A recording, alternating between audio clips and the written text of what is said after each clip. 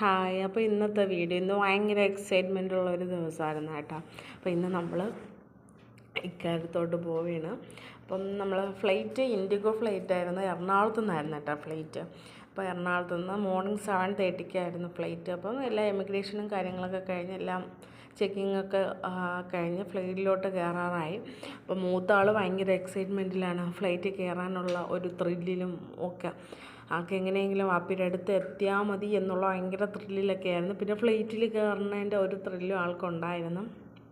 അപ്പോൾ അത് കഴിഞ്ഞ് രണ്ടുപേരെയും കൂടെ നല്ല രീതിയിൽ മാനേജ് ചെയ്യാൻ നല്ല പാടായിരിക്കും എന്നുള്ള ഒരിതിലാണ് ഞാൻ നടന്നത്. അൽഹംദുലില്ലാ അതിനൊന്നും ഒരു കുഴപ്പമില്ലായിരുന്നു. കാരണം രണ്ടുപേരും ഫ്ലൈറ്റ് കയറിയ വാക്കിൽ രണ്ടുപേരും അങ്ങ് രാവിലെ എണീറ്റിട്ടുണ്ടായിരുന്നു. അപ്പോൾ രണ്ടുപേരും നല്ല രീതിയിൽ അങ്ങ് ഉറങ്ങി. അതുകൊണ്ട് പിന്നെ അതുപോലത്തെ യാതൊരു രീതിയിലുള്ള ബുദ്ധിമുട്ടൊന്നും തന്നെ ഇല്ലായിരുന്നു. പിന്നെ വ്യൂസ് ഒന്നും ക്ലിയറായിട്ട് എനിക്ക് വീഡിയോ എടുക്കാൻ പറ്റില്ല, മഴ ഉള്ള ടൈമായിരുന്നു.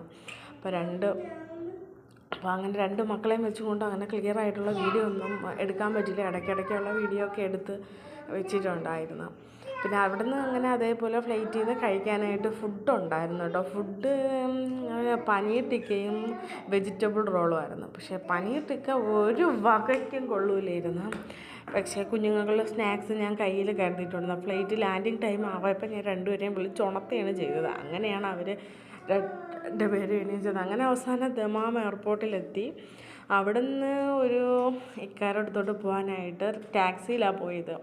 അവിടെ നിന്നൊരു 12 hours ഒരു ആലപ്പുഴ ഉള്ള ഒരു ഇക്കായ വന്നത് ഞങ്ങളെ പിക്ക് ചെയ്യാനായിട്ട്.